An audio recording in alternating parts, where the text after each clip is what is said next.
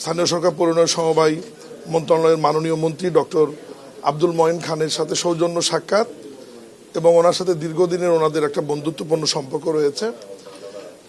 এর বাহিরে গিয়ে আজকে একটা বড় ধরনের অ্যাসেসমেন্ট মানে আলোচনা হয়েছে। সেটা হচ্ছে যে আমাদের গুলশান এরিয়ায় এবং ঢাকা 17 নির্বাচনী এলাকায় যে 3টি বস্তি রয়েছে, করাইল, সাততলা বস্তি এবং ভাসানটেক, এ ব্যাপারে আমরা একটা প্রস্তাব স্থানীয় সরকার বিভাগ থেকে, মানে তাদের আবাসন ডেভেলপমেন্ট করে দেওয়ার জন্য আধুনিক আবাসন ব্যবস্থা, যেখানে তারা ফ্রি বসবাস করতে পারবে আর কি।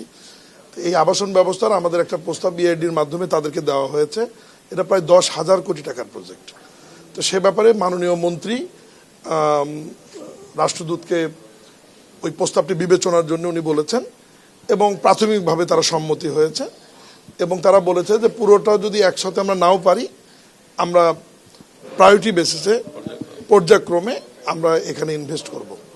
আর 3টা বিষয়ে তারা ইনভেস্টমেন্ট তাদের আছে, এগুলোকে আরও তারা বাড়াতে চায়। যেমন ওয়েস্ট ম্যানেজমেন্টে তাদের তো ইনভেস্ট আছেই, অলরেডি আমাদের উত্তর সিটি কর্পোরেশনের যে ওয়েস্ট টু এনার্জি প্রজেক্টটা তাদের দেশের কোম্পানি করছে, সেখানে সিএমইসি কোম্পানি অলরেডি তারা কার্যক্রম শুরু করেছে এবং আগামী 1.5 বছরের মধ্যে তারা জাতীয় গ্রিডে 42 মেগাওয়াট বিদ্যুৎ জাতীয় গ্রিডে তারা ওখান থেকে দিবেন, মানে ময়লা আবর্জনা থেকে বিদ্যুৎ উৎপাদন করে। সেটার একটা চুক্তি স্বাক্ষরের অনুষ্ঠান রয়েছে চায়নাতে। আমি নিজে সেখানে যাচ্ছি আগামী 2 সেপ্টেম্বর আর কি। এটা বেইজিং এ হবে, এখানে হবে না, চায়নাতে হবে। পাওয়ার প্ল্যান্ট আমিন বাজারে, আমাদের আমিন বাজার, নর্থ সিটি কর্পোরেশন আমিন বাজার, আমাদের ড্যাম্পিং পয়েন্ট যেটা ল্যান্ড ফিল্ড যেটা রয়েছে আমিন বাজারে, এটা ওনাকে অবহিত করেছে এবং উনি সেটা জানেও যে আমি যাচ্ছি সেখানে। সেকেন্ড হচ্ছে আমাদের ওয়াসার যে দাসেরকান্দি যে প্রজেক্ট রয়েছে, যেটা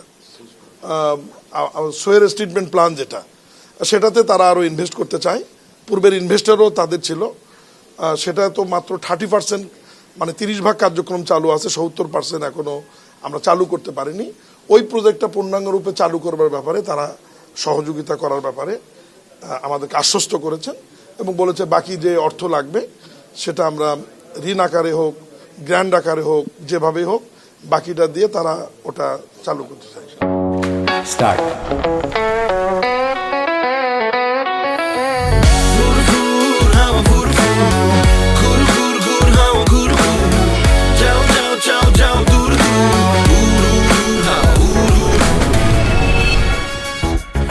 দেখলেন তো পুরো ব্যাংকটাই কিভাবে উড়াই নিয়ে আসলাম। আপনিও পারবেন যদি আপনার কাছে থাকে বাংলাদেশের সবচেয়ে powerful banking app city touch. Download করুন। এবং অল কালেকশন যেটা বাকি রয়েছে, ধরুন ওখানে তো 30% কানেকশন দেওয়া রয়েছে, এখনো আমাদের গুলশান, বারিধারা, বনানী এই অঞ্চল থেকে কিন্তু আমরা সুয়েরেজ লাইনের কানেকশনটা ওখানে দিতে পারিনি। এটা আমরা সরকারিভাবেও চেষ্টা করছি। আমাদেরও 1,000 কোটি টাকার একটা প্রজেক্ট আমরা অলরেডি প্ল্যানিং কমিশনে জমা দিয়েছি জিওবি থেকে। সেই জিনিসটা আবার ওনাদেরকেও বলেছি, যদি ওনারা ইনভেস্ট করতে পারে তাহলে আমাদের রাষ্ট্রীয় কোষাগারের চাপটা এই মুহূর্তে কমে যাবে, 1,000 কোটি টাকা তাহলে আমাদের লাগবে না। এটা নিয়ে উনি সম্মতি দিয়েছেন যে ঠিক আছে, এটা নিয়ে তাহলে আমরা কাজ করব। সেকেন্ড যেটা, ওই যে আমি যেটা বললাম যে রিনিউয়েবল এনার্জি, যেটা নবায়নযোগ্য জ্বালানি, যেটা ওয়েস্ট টু এনার্জির বাহিরেও তারা আমাদের সাথে সৌর বিদ্যুৎ, আমাদের যেহেতু একদম প্রাতিষ্ঠানিক রূপ রয়েছে একদম মাঠ পর্যায় পর্যন্ত, ইউনিয়ন পরিষদ, উপজেলা পরিষদ, হাট বাজার, গ্রামীণ হাট বাজার, এরপর পৌরসভা, সিটি কর্পোরেশন, এই জায়গাগুলোর রুপটপে আমরা সোলারের মাধ্যমে যাতে সৌর বিদ্যুৎ উৎপাদন করতে পারি সে ব্যাপারেও তারা সহায়তা করবে। এবং এই বিদ্যুৎটা এরকম, এখন আমরা একটা বিদ্যুৎ মন্ত্রণালয় যেভাবে এখন যাচ্ছে সেটা হচ্ছে নেট মিটারিংয়ের মাধ্যমে আর কি। দিনের বেলা যদি আমরা সৌর বিদ্যুৎটা ইউজ করি, রাতের বেলা যদি আবার আমরা মানে পিডিবির বিদ্যুৎ ইউজ করি, তাহলে নেট মিটারিংয়ের মাধ্যমে ওটা সমন্বয় হবে। এ ব্যাপারেও তারা ইনভেস্ট করার জন্য সম্মত হয়েছে। এটা মূলত আমাদের মন্ত্রণালয়ের বিষয় ছিল।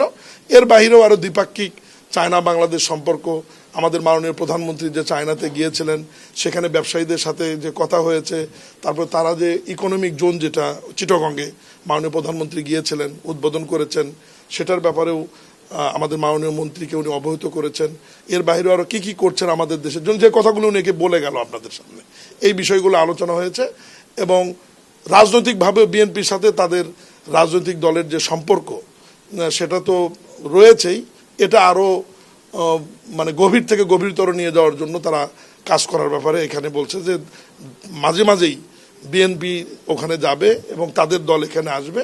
পারস্পরিক রাজনৈতিক সম্পর্কটাও দেশের সম্পর্কের পাশাপাশি রাজনৈতিক সম্পর্কটাও তারা বিল্ড আপ করতে চায় আর কি। যে আমাদের যেটা সরকারের যেটা ঘোষণা ইস্তেহারে, সেটা যে আমাদের স্কিল ডেভেলপমেন্ট করে থার্ড ল্যাঙ্গুয়েজ ভাষা যেটা তৃতীয় ভাষা যেটা শিক্ষা দিয়ে আমরা দেশের বাইরে ম্যান্ডোলিন ভাষা যেটা আর কি দেশের বাইরে আমরা যে জনশক্তি রপ্তানির যেটা আগ্রহ বা মাননীয় প্রধানমন্ত্রীর যে প্রতিশ্রুতি রয়েছেন, এ ব্যাপারে তারা 100% অলরেডি প্রস্তুতি নিয়েছে। স্কিল ডেভেলপমেন্ট এবং থার্ড ল্যাঙ্গুয়েজ যেটা শেখানোর ব্যাপারে তাদের দেশের লোক এখানে আসবে এবং এই ব্যাপারে যতটুকু সহযোগিতা করা লাগে সেটা বাংলাদেশ সরকারকে তারা ফ্রিতে করবে।